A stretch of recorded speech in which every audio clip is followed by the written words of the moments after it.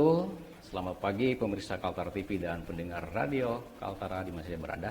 Senang sekali saya Sakir kembali menemani Anda dalam sebuah perbincangan dialog bersama dengan Ketua Bawaslu Kalimantan Utara.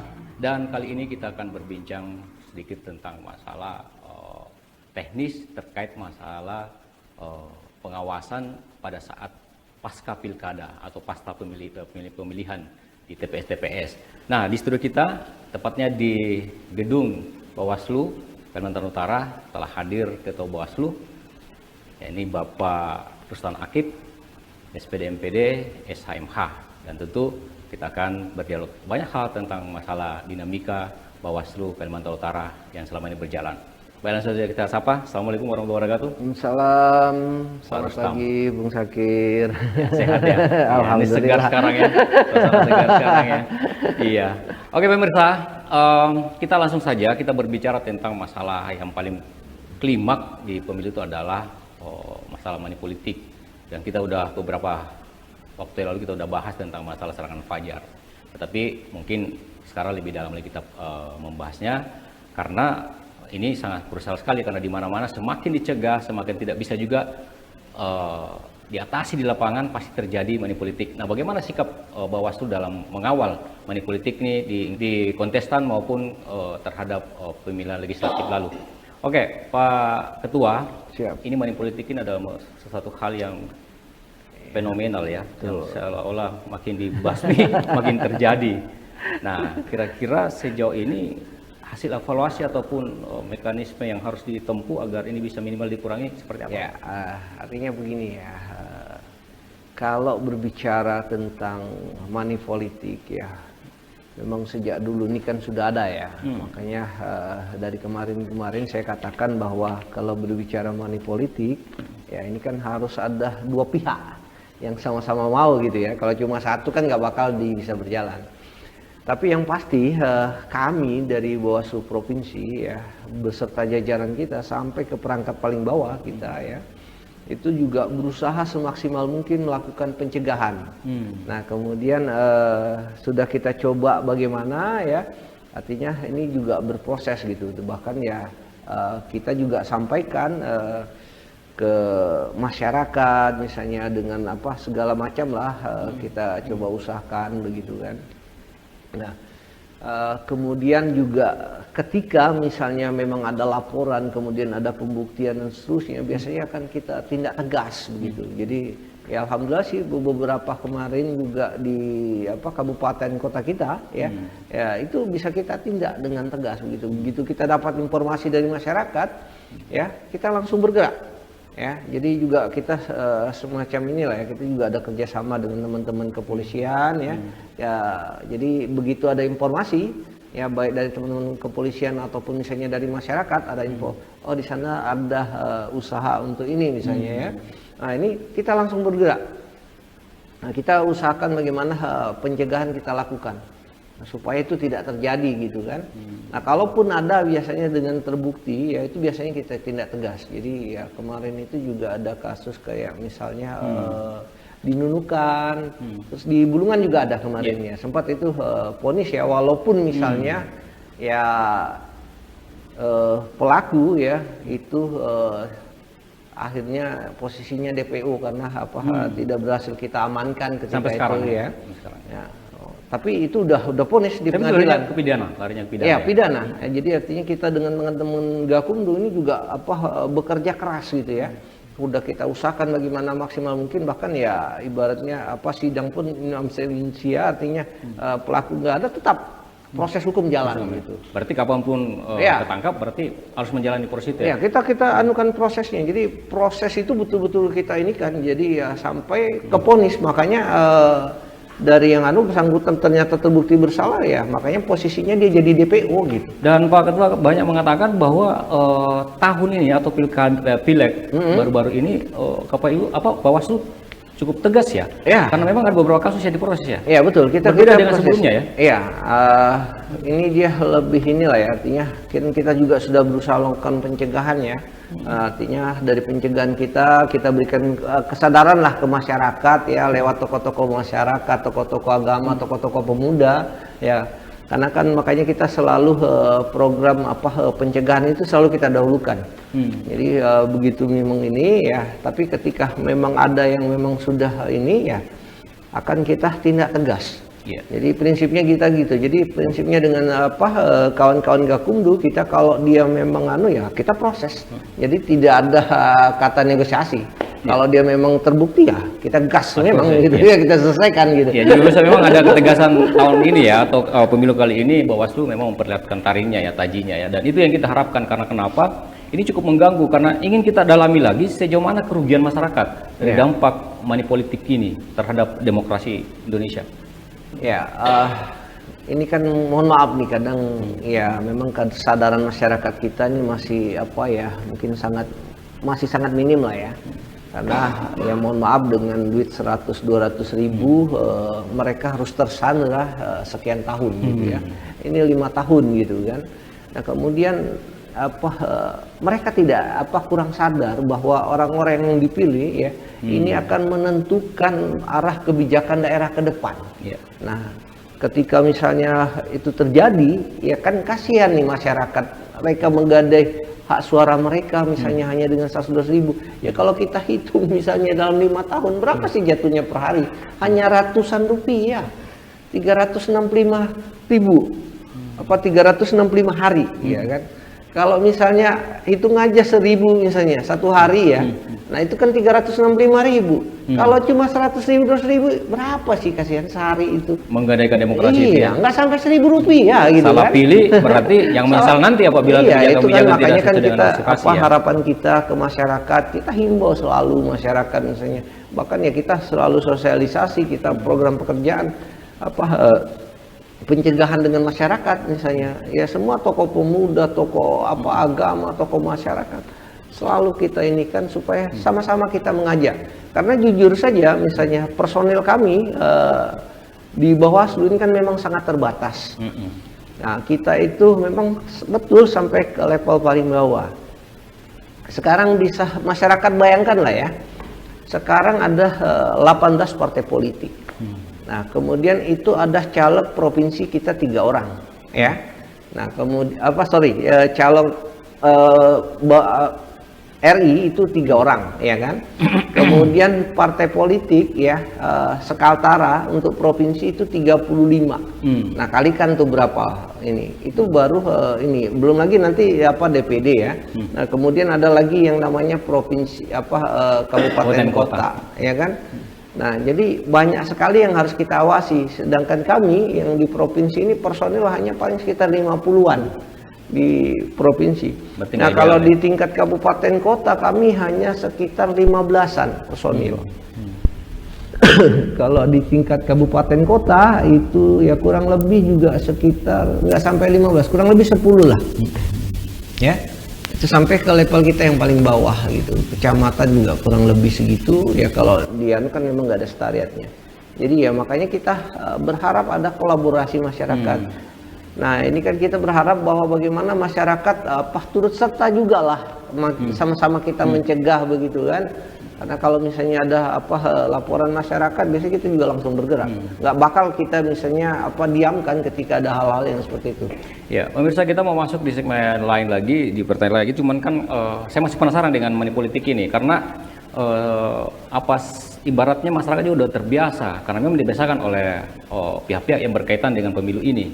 Nah, kalau analisa dari Bawaslu sendiri ini kira-kira bagaimana cara mengatasi, memangkas, minimal mengurangi supaya praktik-praktik money politik itu tidak dilakukan oleh para kontestan? Sebenarnya kan yang begini Bung, sebenarnya yang jadi problem utama ini kan tingkat kesadaran masyarakat kita. Ketika masyarakat kita sadar misalnya, ya kalaupun mereka misalnya mau money politik nggak bakal bisa terjadi ketika masyarakat kita sudah sadar betapa berharganya satu suara mereka itu gitu. Karena itu sangat menentukan masa depan daerah. Ya kan? Karena yang mereka pilih ini para pemimpin, para tokoh-tokoh yang memang akan bagaimana memikirkan daerahnya. Ya kalau misalnya yang dia pilih, misalnya mohon maaf nih, dia hanya misalnya ini karena faktor mereka tersandra misalnya ya kan kasihan. Karena padahal kita berbicara arah kebijakan daerah kita. Misalnya nih, DPRD provinsi, dia akan menentukan di mana daerah yang dibangun dan seterusnya, ya kan, berkolaborasi dengan pemerintah provinsi misalnya. Begitu juga dengan kabupaten kota. Nah, artinya jangan mau ya masyarakat ini tersandra dengan begitu. Bisa Bapak Ibu bayangkan ya, ketika kita sudah tersandra misalnya, mohon maaf, misalnya hanya dengan 100-200 ribu rupiah, kemudian kebijakan kita rusak. Kemana kita mau tuntut? Tapi kalau Bapak Ibu misalnya memberikan betul-betul dengan apa itu murni, ya kan, mereka bisa menuntut. Tapi ya mohon maaf nih, kalau sudah mereka dapat bayaran, nanti calegnya hanya berkata, ya kan saya dulu udah gua kasih gitu kan, ya kamu sudah ini sudah nggak ada urusan lagi. Nah, mohon maaf, itu yang terjadi gitu kan. Artinya begitu murahnya suara kita dibeli begitu. Padahal ini menentukan masa daerah kita ke depan. Kebijakan-kebijakan itu tergantung dari mereka gitu kan. Nah, makanya ya saya berharap bagaimanalah masyarakat, mohon bantu kami semuanya, kita sama-sama dah. Karena ini kenapa? Untuk masa depan kita juga. Ya kan, daerah itu ditentukan para pemimpinnya. Nah, kalau pemimpin saja bobrok, mau jadi apa daerah kita? Kan seperti itu, Bu. Iya, jadi pemirsa cukup tegas sekali ya sebenarnya keinginan harapan dari Bawaslu untuk meminimalis daripada praktik-praktik money politik. Tapi ya nanti kita bahas lebih lain kali lagi, tapi nanti kita akan masuk di tentang masalah kenetralan PNS, kemudian juga aparat TNI Polri, tapi kita kembali lagi setelah ini. Tetap di Kaltar TV.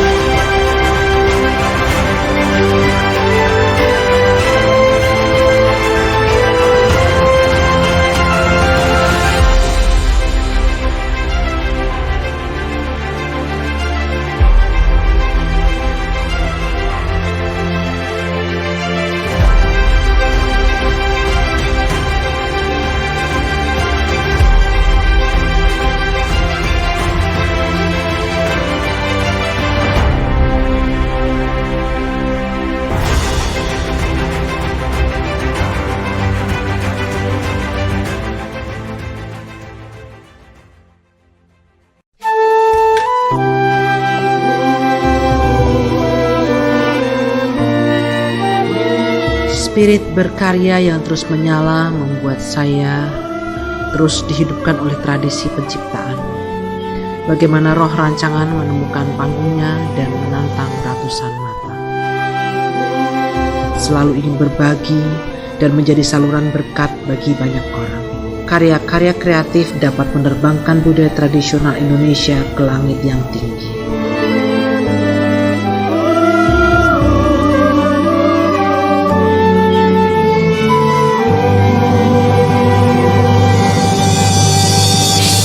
Menjadi gembira dan sehat itu pilihan, seperti pilihan saya untuk selalu sehat dengan rutin minum jamu tetes hati gembira.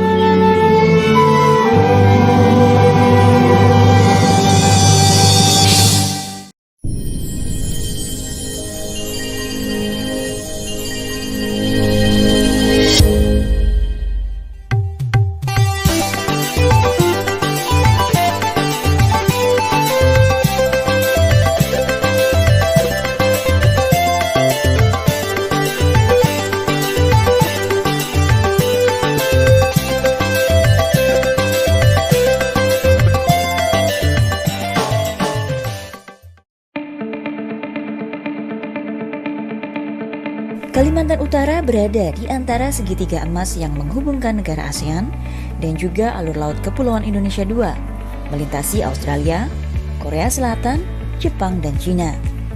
Semua peluang investasi nyata, ditunjang dengan infrastruktur memadai dan studi kelayakan sebagai investment project ready to offer di wilayah perbatasan dan jalur perdagangan strategis Indo-Pasifik.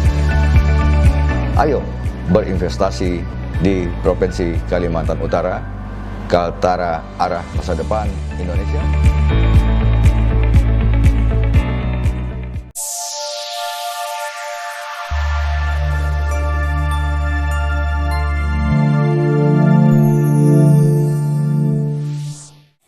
Pemerintah Provinsi Kalimantan Utara terus berupaya menggenjot capaian investasi untuk meningkatkan perekonomian di wilayahnya.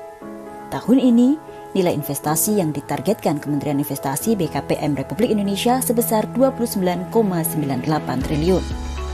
Pemerintah Provinsi Kalimantan Utara juga menawarkan proyek investasi senilai 10 triliun rupiah dari 17 IPRO kepada investor pada agenda Kaltara Investment Forum atau KIF tahun 2023. Kabupaten Tanah Tidung adalah salah satu kabupaten termuda di Provinsi Kalimantan Utara dengan ibu kota Tideng Pale dengan jumlah penduduk 27.226 jiwa. Sebagai kabupaten termuda, Tanah Tidung memiliki peluang investasi yang cukup handal, di antaranya batu bara, perkebunan sawit, dan pertanian yang harus ditunjang infrastruktur memadai seperti pelabuhan transportasi air. Proyek pembangunan pelabuhan barang Bebatu berlokasi di Desa Bebatu, Kecamatan Sesayap Hilir, Kabupaten Tanah Tidung yang berjarak sekitar 45 menit dari Tideng Pale, ibu kota Tanah Tidung, dan telah didukung dengan infrastruktur jalan yang cukup baik. Pelabuhan dibangun untuk aktivitas transportasi masyarakat dan bongkar muat barang. Letak pelabuhan secara geografis cukup strategis karena berada di antara Kabupaten Bulungan dan Kabupaten Malinau dengan luas lahan 4.828,58 km persegi.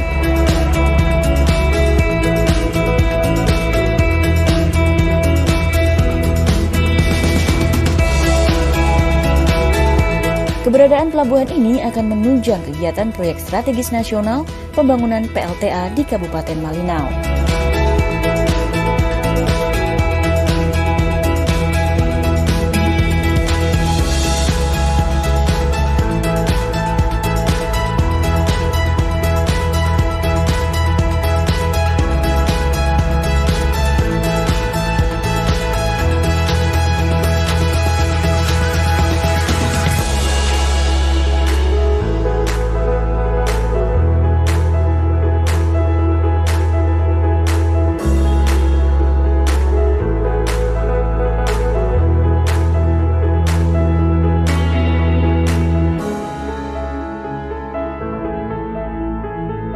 Pemerintah daerah Kabupaten Tanah Tidung memberikan dukungan perizinan, regulasi, dan pengembangan wilayah.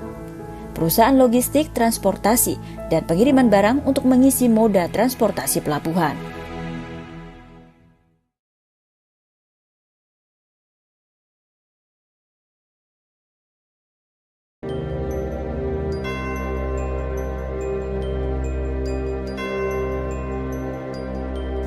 Terkuncinya pintu masa depan.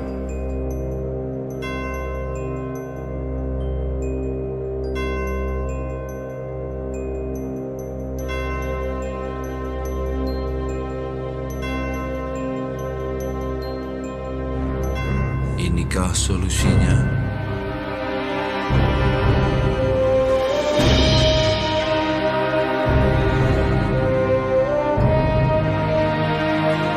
Serahkan masalahmu pada Tuhan, bukan pada narkoba.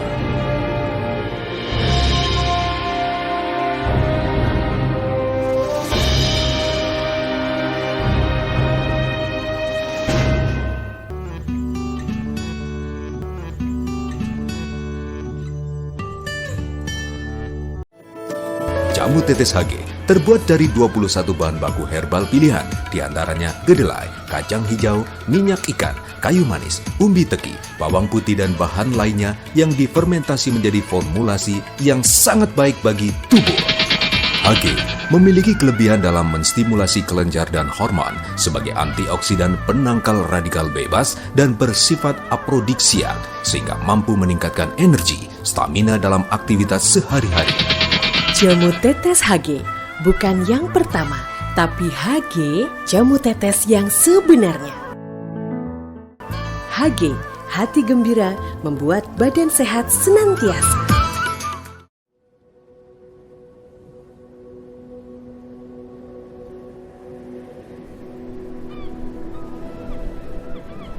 Berdiri sunyi di hamparan pasir tak bertepi.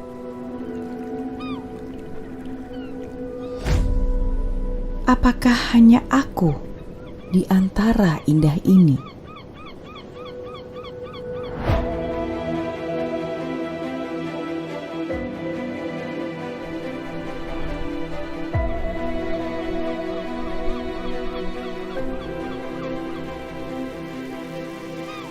Tidak, ternyata tidak. Aku tidak sendiri. Persaudaraan dalam kebersamaan siap menemani petualangan ini.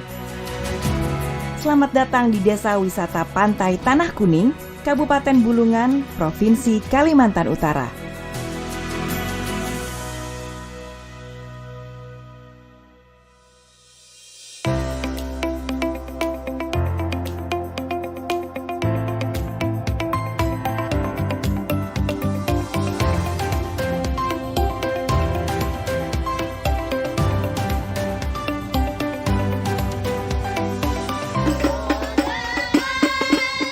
Semua berawal dari lantunan pujian yang agung, syukur tak henti menjalar sanubari.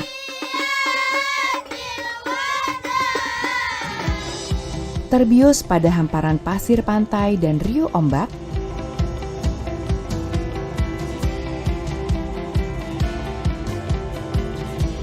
seraya dendangkan alunan kedamaian, aksara rindu, cinta mengukir ketenangan. Tercurah bahagia nurani memandang pesona yang membiru.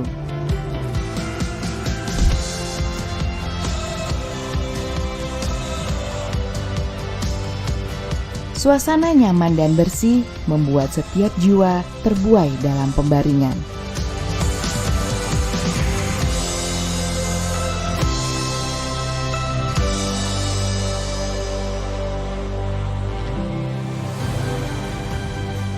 Perjalanan berlanjut, anugerah alam dan bahari, sumber kekayaan terpendam tiada tara, begitu cantik rupa dan mempesona.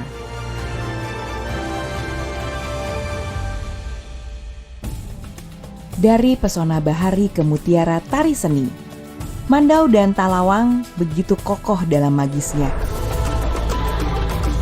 Lambaian tangan anggun meliuk-liuk menggambarkan kegembiraan yang hadir serta syukur yang mendalam.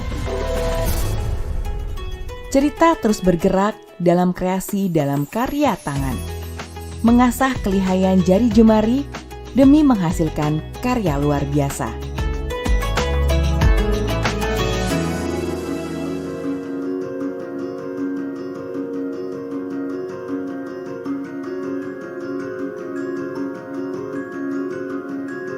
Karunia yang mempesona kuat, menghasilkan karya sempurna terukir hikayat.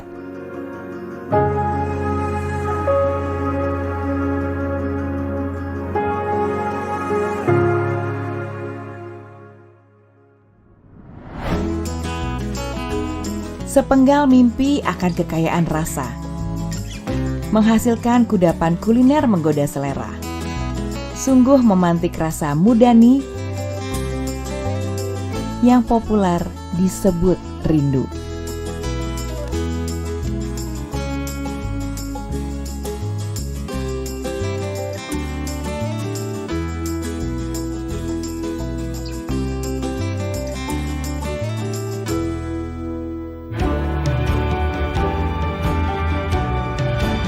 Satu kebersamaan yang kuat demi satu tujuan kemajuan wisata Indonesia. Pantai Tanah Kuning sukses!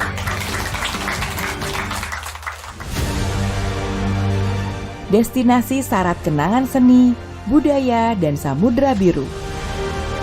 Inilah desa pemantik rasa rindu Mudani. Desa wisata Pantai Tanah Kuning, Bulungan, 75 desa wisata terbaik. Desa wisata berkelas dunia. Anugerah Desa Wisata Indonesia 2023.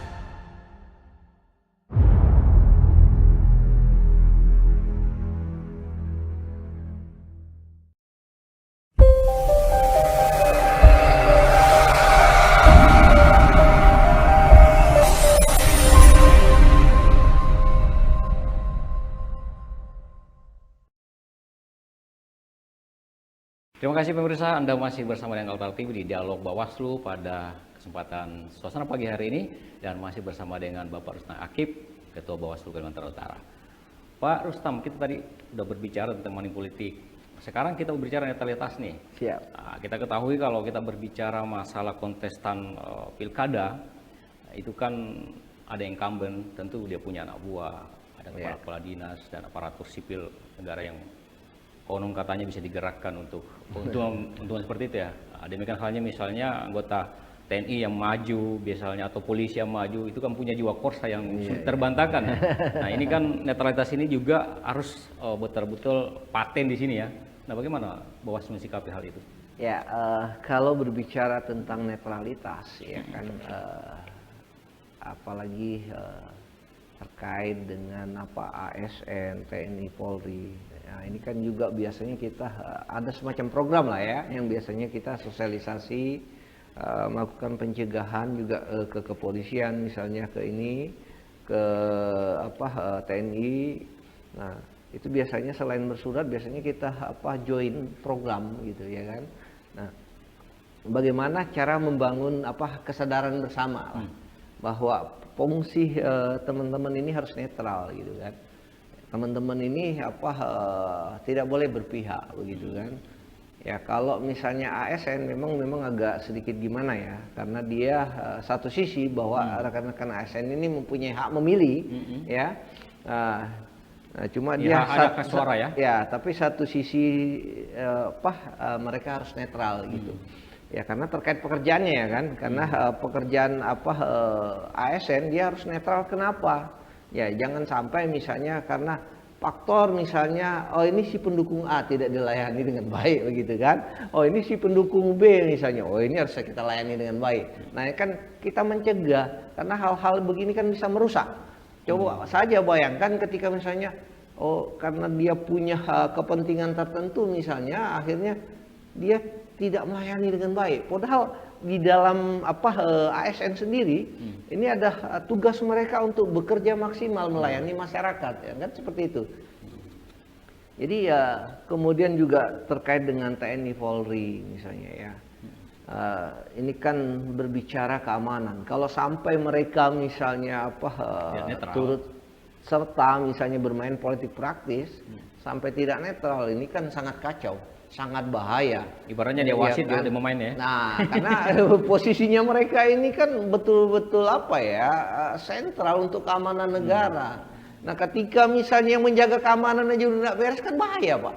Nah, begitu, Bung. Jadi ya harus kita betul-betul inilah ya. Makanya kita kalaupun misalnya ada informasi ya, makanya kan kita misalnya ini kebetulan kita provinsi ya, kita kerjasamanya kan dengan level Kapolda ya. Nah kemudian ya ketika kemarin di masa-masa ini ada salah satu saja misalnya ini yang menurut kita tidak netral, langsung kita proses. Ya, nah itu juga kita kerjasama langsung ya dengan ini ya, kita kerjasama dengan teman-teman Propam misalnya ya kan kemarin bahwa ada salah satu anggota yang ada indikasi lah ya tidak netral ya, langsung kita proses ya, kita kerjasama ya. Karena sama-sama proses kemudian juga sudah di Propam, ya akhirnya kita serahkan ke sana untuk dilakukan pembinaan begitu. Jadi artinya kita ini ya sangat tegas dengan semua begitu. Karena memang ada kasus kemarin itu salah satu anggota ya yang menurut ada indikasi lah sudah ke arah sana ya. Kita langsung bergerak cepat. Tapi fungsinya bergerak cepat ya. Ya, artinya kita udah ini begitu dapat informasi kita langsung bergerak cepat ya, kita kerjasama ya karena sudah ditangani oleh Propam, sudah berproses ya, artinya kita limpahkan ke sana seluruh. Kalau bentuk kerjasama konkret itu antara aparatur katakanlah TNI dan Polri dengan Bawaslu sendiri, konkretnya seperti apa itu? Ya kita ada MOU sebenarnya ya. Jadi kalau di kita ini kan banyak sebenarnya, terutama dengan teman-teman kepolisian ya. Terkait misalnya Gakumdu itu kan jelas. Nah di situ ada kejaksaan, ada kepolisian dan kami sendiri dengan Bawaslu ya terkait Gakumdu. Kemudian juga dengan teman-teman Intelkam ya terkait misalnya informasi-informasi di masyarakat yang memang perlu kita ini kan biasanya kita bergerak cepat gitu kan. Nah jadi begitu juga dengan teman-teman Binda ya kan, teman-teman Intel ini ya begitu dapat informasi kita akan bergerak cepat sehingga bisa minimalisir lah, jangan sampai ada muncul gesekan-gesekan yang di grassroots, karena itu sangat berbahaya kalau ada gesekan-gesekan grassroots. Nah ini kan pekerjaan kita akan semakin banyak, makanya kita selalu berusaha bagaimana prosesnya mencegah terlebih dahulu gitu Bu.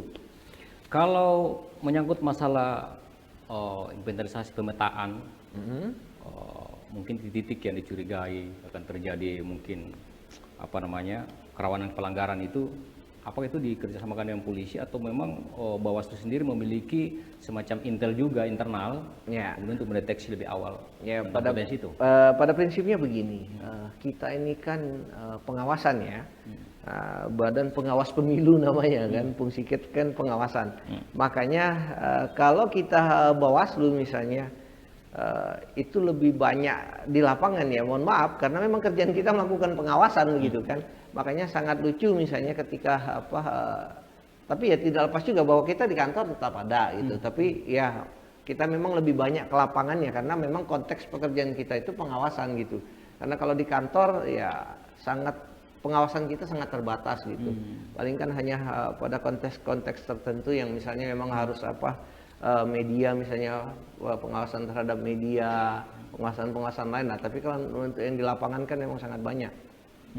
Jadi semua anggota Bawaslu ya, termasuk staf semua, ya ini kan bagian dari pengawasan. Jadi ketika terjun ke lapangan itu akan betul-betul melakukan pengawasan. Jadi ada sedikit banyaknya informasi dari masyarakat, biasanya langsung kita tindak lanjuti. Misalnya dari sana, ada informasi seperti ini gitu. Nah makanya kan kita juga kerjasama misalnya dengan teman-teman Intelkam, misalnya dengan Binda semua. Artinya kita artinya semualah komponen ini betul-betul kita sama-sama kolaborasi ya untuk menciptakan pemilu yang betul-betul bermartabat dan damai begitu kan. Iya. Pak Ketua, itu kan biasa sebelum masuk tahapan itu kan banyak berbagai acara, ada deklarasi pemilu damai yang melibatkan tokoh-tokoh. Nah, kalau tokoh-tokoh sendiri bagaimana kontribusinya terhadap jalannya pengawasan? Ya, makanya kan bahasa saya tadi dari awal itu kan menyatakan bahwa kita dalam melakukan pencegahan ini kan melibatkan semua elemen ya. Artinya dari tokoh pemuda, tokoh agama, tokoh masyarakat, semuanya. Karena kenapa? Harapan kita dari para tokoh ini bisa ditularkan ilmu-ilmu pengawasan dan seterusnya lah ya. Artinya bahwa ketika ada masyarakat melakukan laporan segala, mereka bisa lebih paham. Makanya karena juga kita tidak mungkin kan melakukan misalnya pengawasan langsung ke semuanya kan. Nah makanya kita butuh bantuan masyarakat. Nah untuk perantaranya biasanya melalui tokoh-tokohnya gitu. Nah bagaimana tokohnya juga menyebarkan ke bawah ke masyarakat kelompok-kelompoknya dia. Dan mereka masih proaktif juga ya masyarakat. Ya alhamdulillah lah, kita selalu kerjasama lah dengan semua elemen lah ya. Artinya dari tokoh agama, tokoh masyarakat, tokoh pemuda ini kita libatkan semua dalam setiap. Makanya ketika ada event-event besar biasanya ya tetap kita undang semuanya dengan harapan bagaimana mereka sadar bahwa ini ada tugas kita bersama begitu ya untuk menciptakan yang pemilu yang betul-betul bermartabat dan damai begitu. Ya, pemirsa, kalau terkait tentang masalah kampanye, ini kan biasanya terjadi ya, dalam satu hari itu ada jadwal yang bersamaan ya, antara kontestan satu dan kontestan lain. Ini kan juga rawan sekali apabila bertemu pendukung dengan pendukung di lapangan. Apakah ini juga termasuk bagian daripada pemetaan Bawaslu sehingga nanti untuk mencegah chaos ataupun bentrokan? Ya, ini gini Bung, ini kan terkait dengan pemilu, ya kan memang ada biasanya sosialisasi atau kampanye ya kampanye yang sifatnya itu dia skala kecil lah ya. Nah kalau skala kecil ini kan biasanya tidak terlalu ini. Makanya yang diatur itu di dalam peraturan KPU adalah yang skala besar. Jadi karena kalau skala besar ini biasanya potensi kerawanannya sangat tinggi sehingga harus betul-betul diatur. Jadi biasanya itu diatur misalnya di daerah ini grup A misalnya ya kan, di daerah ini grup B. Jadi jangan sampai ada pertemuan. Nah, biasanya begitu kalau yang misalnya ini. Beda kalau hal-hal yang misalnya kampanye skala kecil ya. Misalnya 5 sampai 10 orang biasanya tidak terlalu kita ini kan, tapi tetap biasanya kita lakukan pengawasan. Iya. Seperti itu. Baik pemirsa, kita nanti sebentar akan berbicara tentang reward and punishment dan juga kita akan membahas masalah bagaimana konsekuensi dari seorang petugas yang beberapa belakangan terakhir ada yang kecelakaan, meninggal dan seterusnya. Tapi kita kembali lagi saat lagi tetap di Kaltara TV.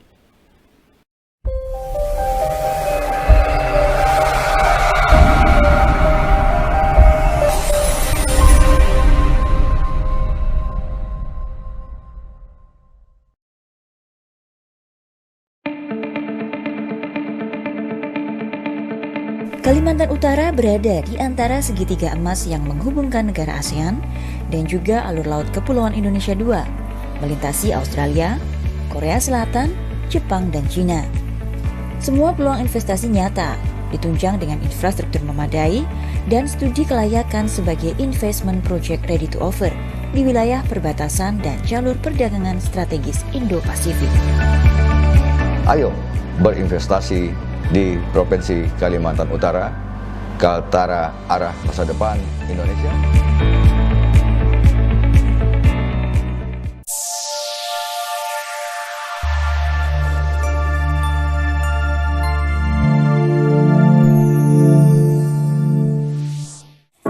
Pemerintah Provinsi Kalimantan Utara terus berupaya menggenjot capaian investasi untuk meningkatkan perekonomian di wilayahnya. Tahun ini, nilai investasi yang ditargetkan Kementerian Investasi BKPM Republik Indonesia sebesar 29,98 triliun. Pemerintah Provinsi Kalimantan Utara juga menawarkan proyek investasi senilai 10 triliun rupiah dari 17 IPRO kepada investor pada agenda Kaltara Investment Forum atau KIF tahun 2023. Kabupaten Tanah Tidung adalah salah satu kabupaten termuda di Provinsi Kalimantan Utara dengan ibu kota Tideng Pale dengan jumlah penduduk 27.226 jiwa. Sebagai kabupaten termuda, Tanah Tidung memiliki peluang investasi yang cukup handal, di antaranya batu bara, perkebunan sawit, dan pertanian yang harus ditunjang infrastruktur memadai seperti pelabuhan transportasi air. Proyek pembangunan pelabuhan barang Bebatu berlokasi di Desa Bebatu, Kecamatan Sesayap Hilir, Kabupaten Tanah Tidung yang berjarak sekitar 45 menit dari Tideng Pale, ibu kota Tanah Tidung, dan telah didukung dengan infrastruktur jalan yang cukup baik. Pelabuhan dibangun untuk aktivitas transportasi masyarakat dan bongkar muat barang. Letak pelabuhan secara geografis cukup strategis karena berada di antara Kabupaten Bulungan dan Kabupaten Malinau dengan luas lahan 4.828,58 km persegi.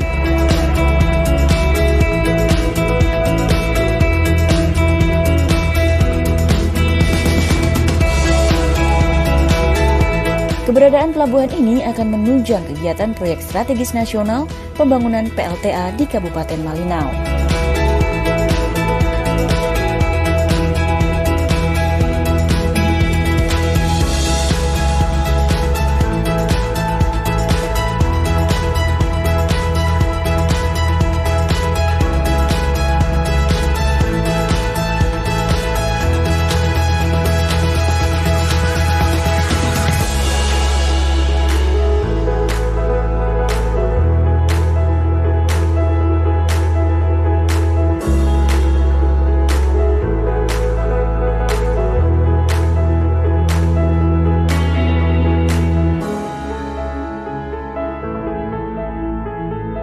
Pemerintah daerah Kabupaten Tanah Tidung memberikan dukungan perizinan, regulasi, dan pengembangan wilayah. Perusahaan logistik, transportasi, dan pengiriman barang untuk mengisi moda transportasi pelabuhan.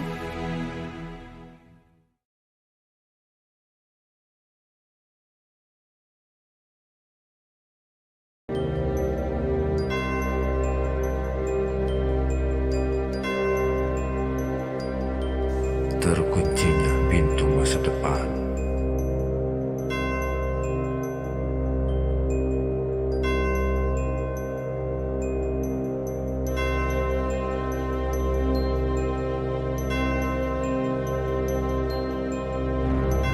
Inikah solusinya?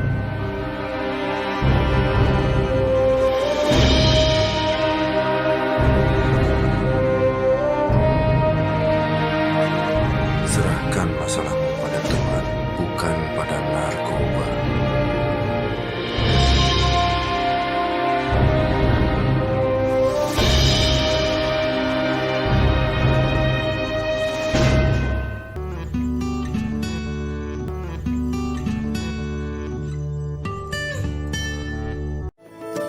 Jamu tetes HG terbuat dari 21 bahan baku herbal pilihan, diantaranya kedelai, kacang hijau, minyak ikan, kayu manis, umbi teki, bawang putih, dan bahan lainnya yang difermentasi menjadi formulasi yang sangat baik bagi tubuh. HG memiliki kelebihan dalam menstimulasi kelenjar dan hormon sebagai antioksidan penangkal radikal bebas dan bersifat aprodiksiak sehingga mampu meningkatkan energi, stamina dalam aktivitas sehari-hari. Jamu tetes HG, bukan yang pertama, tapi HG jamu tetes yang sebenarnya. HG, hati gembira membuat badan sehat senantiasa.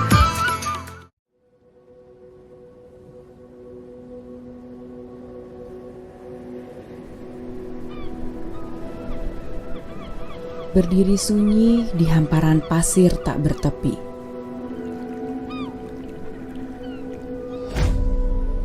Apakah hanya aku di antara indah ini?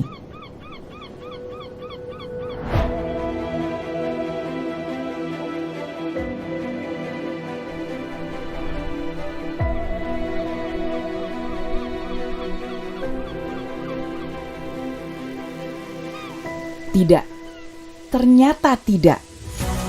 Aku tidak sendiri. Persaudaraan dalam kebersamaan siap menemani petualangan ini. Selamat datang di Desa Wisata Pantai Tanah Kuning, Kabupaten Bulungan, Provinsi Kalimantan Utara.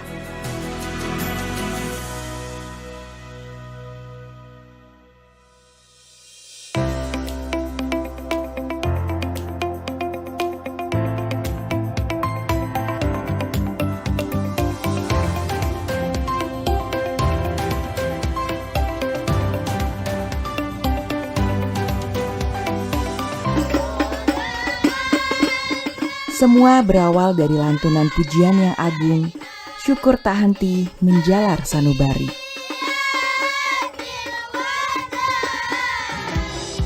Terbius pada hamparan pasir pantai dan riuh ombak,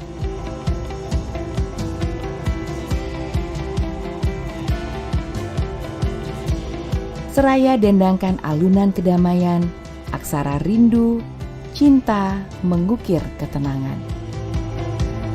Tercurah bahagia nurani memandang pesona yang membiru.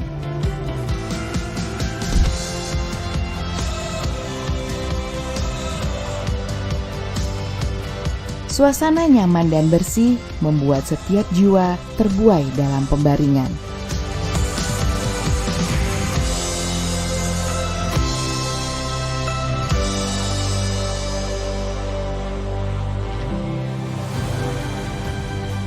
Perjalanan berlanjut, anugerah alam dan bahari, sumber kekayaan terpendam tiada tara, begitu cantik rupa dan mempesona.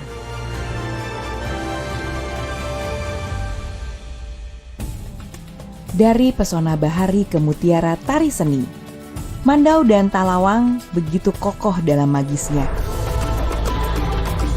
Lambaian tangan anggun meliuk-liuk menggambarkan kegembiraan yang hadir serta syukur yang mendalam.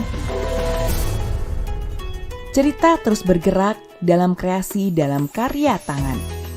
Mengasah kelihayan jari jemari demi menghasilkan karya luar biasa.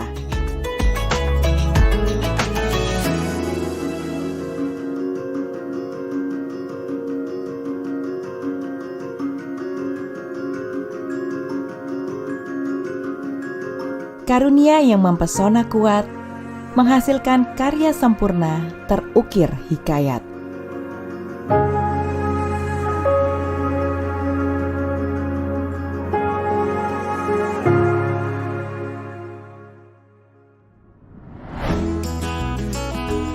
Sepenggal mimpi akan kekayaan rasa, menghasilkan kudapan kuliner menggoda selera. Sungguh memantik rasa mudani yang populer disebut rindu.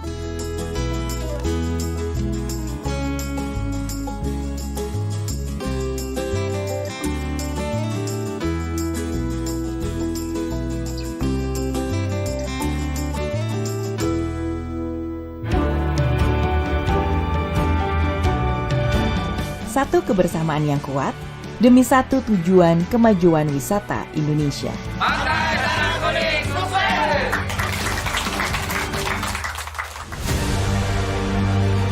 Destinasi syarat kenangan seni, budaya, dan samudra biru.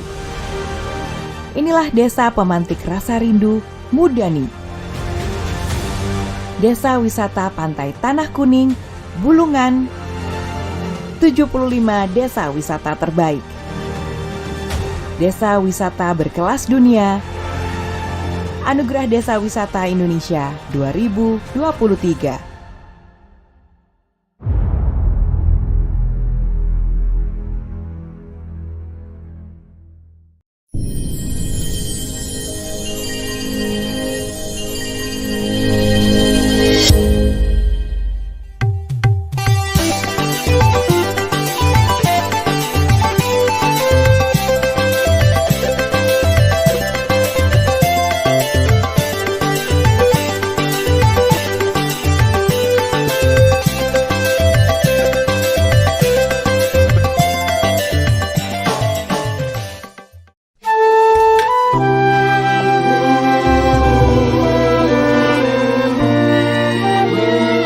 Spirit berkarya yang terus menyala membuat saya terus dihidupkan oleh tradisi penciptaan. Bagaimana roh rancangan menemukan panggungnya dan menantang ratusan mata. Selalu ingin berbagi dan menjadi saluran berkat bagi banyak orang. Karya-karya kreatif dapat menerbangkan budaya tradisional Indonesia ke langit yang tinggi.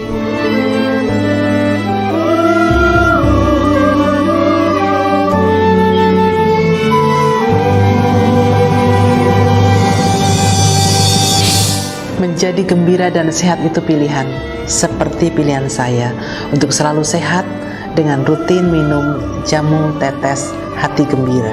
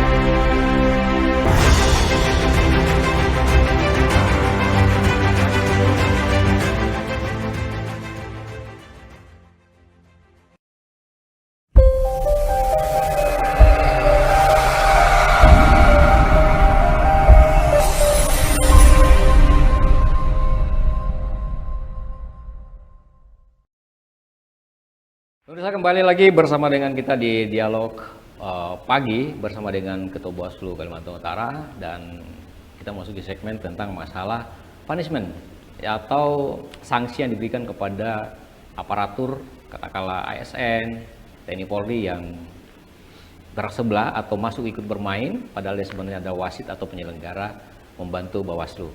Nah, bagaimana tahapan punishment yang dilakukan baik secara internal Bawaslu maupun kepada lembaga masing-masing? Langsung saja Pak Ketua, seperti apa kira-kira mekanismenya? Oke, terima kasih Bung ya. Jadi kalau berbicara netralitas ASN, TNI dan Polri ya, ini kan memang harus betul-betul gimana gitu ya.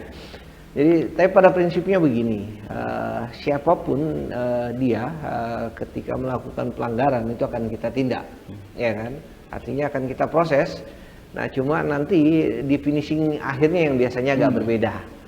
Jadi anggap misalnya dia ASN ya, entah dia pemilu atau pilkada misalnya, ketika hasil pemeriksaan kita misalnya yang menyatakan bahwa memang bersangkutan misalnya tidak netral misalnya, itu akan kita rekomendasikan kemana itu? Instansi yang berwenang. Oh. Ya, karena kebetulan kalau BKN ini kan dia ada satu sendiri yang khusus memang ya, yang untuk menanganin hal-hal yang begitu. Jadi nanti semua kan kita laporkan ke sana, kita rekomendasikan lah istilahnya ya kan, hasilnya itu. Nah, nanti mereka yang menentukan sanksinya, karena bukan kewenangan kami untuk menentukan sanksi. Jadi pada prinsipnya semua nanti juga akan seperti itu. Misalnya TNI dan Polri, ya kan? Prinsipnya akan nantinya akan kita kembalikan ke aturan internalnya. Oh, ya kan? Tapi kita proses dulu bahwa memang secara saling meyakinkan bahwa menurut dugaan kita memang dia melakukan pelanggaran. Berarti proses awal ya? Bawaslu proses awal ya? Ya, akan kita sampaikan. Nah, kecuali kalau dia masuk ke ranah pidana. Nah, kalau ranah pidana nanti kita akan berbicara dengan teman-teman Gakumdu. Ya kan, teman-teman Gakumdu nanti akan kita sama-sama proses. Jadi beda ya nanti ketika terkait netralitas atau misalnya dia jadi walaupun dia misalnya berbicara ASN nih, ya kan? Walaupun dia ASN, tapi ketika dia misalnya melakukan pelanggaran, ya kan, sudah masuk ke ranah pidana, akan kita proses. Itu secara pidana. Syarat masuk dia kategori pidana itu untuk ASN dan anggota itu seperti apa? Ya, pada prinsipnya terkait semua pelanggaran-pelanggaran ini pidana pemilu. Ketika misalnya itu kan ada beberapa ini ya. Misalnya contoh dia melakukan money politik atau menghasut, menggiring orang. Ya, itu masuk pidana. Ketika dia masuk ranah pidana kita proses ke pidana. Misalnya tadi terkait misalnya money politik, ya kita tidak pandang misalnya apakah dia misalnya TNI, Polri atau ASN atau masyarakat biasa atau misalnya calon. Ya kan, kita tetap proses. Ya kan, artinya ini kan ada aturan mainnya sendiri. Tidak pandang bulu ya. Kecuali kalau hanya terkait misalnya netralitas. Nah, kalau kita dari proses yang kita lakukan ternyata memang tidak netral, ya kan, ini kan konteks yang berbeda ya Bung Jakir ya. Bahwa ketika dia berbicara tidak netral dengan dia melakukan pelanggaran pidana, ini dua hal yang berbeda. Beda itu ya. Ya kan, kalau dia hanya berbicara netralitas ya prosesnya biasanya setelah kita proses kita rekomendasikan yang berwenang. Biasanya apa itu rekomendasi dari KPU, katakanlah tidak netral ya, atau artinya ringan, kan atau ada semua proses kan. Nah, itu kita rekomendasikan ke sana. Tergantung nanti sanksinya yang menentukan dari apa yang lembaga berwenang. Ya, lembaga yang berwenang gitu kan. Nah, kalau misalnya kan biasanya kalau misalnya terkait dengan Polri ya kita kembalikan ke Polda. Ya kan? Ya, artinya di atas sesuai kewenangannya lah, karena kan kita nggak mungkin ya kita yang memberi sanksi gitu kan. Nanti cewek-cewek jadinya kan. Karena termasuk juga teman-teman TNI kan, karena ini berbicara tentang netralitasnya mereka begitu kan. Jadi ya sanksinya tetap ke lembaganya mereka gitu kan. Tapi kita sifatnya rekomendasi karena sesuai peraturan perundang-undangan aturan mainnya seperti itu. Kecuali tadi yang saya bilang kalau dia sudah berbicara pidana ya menab. Nah kan ini prosesnya berbeda begitu kan. Iya. Pemirsa, banyak sekali sebetulnya dinamika atau mekanisme yang harus diikuti, termasuk mungkin netralitas. Kalau bicara netralitas dengan ASN, TNI Polri, ternyata juga ada aturan-aturan main yang harus diikuti oleh mereka dan tidak mesti harus Bawaslu tapi akan dikembalikan ke lembaganya. Mungkin kita akan membahas lebih dalam lagi nanti ke depan, tapi mungkin karena waktu membatasi kita berikan closing statement dulu kepada Ketua Bawaslu untuk pembicaraan kita pada pagi hari ini. Terima kasih Bung. Jadi harapan saya ke rekan-rekan ASN, TNI dan Polri, ya netralitas ini juga menentukan masa depan kita bersama. Ya, saya berharap bagaimana kita bersama-sama menciptakan pemilu yang bermartabat dan damai untuk kita semua, begitu ya. Bagaimana semuanya bisa berjalan dengan baik dan lancar, ya. Jadi harapan kita janganlah ada teman-teman dari rekan TNI, Polri maupun ASN yang bermain di tataran politik praktis. Mungkin seperti itu, Bung. Oke. Pemirsa, demikian perbincangan kita dengan Ketua Bawaslu Kalimantan Utara, Bapak Rustan Akib. Mudah-mudahan ini menjadi pelajaran buat kita dan juga ada referensi tentang membangun demokrasi yang positif untuk menghadapi pemilu kepala daerah di masa yang akan datang. Saya M. Sakir sekarang mundur diri. Terima kasih atas kebersamaannya. Assalamualaikum warahmatullahi wabarakatuh. Sampai jumpa lagi. Terima kasih, Bung. Siap.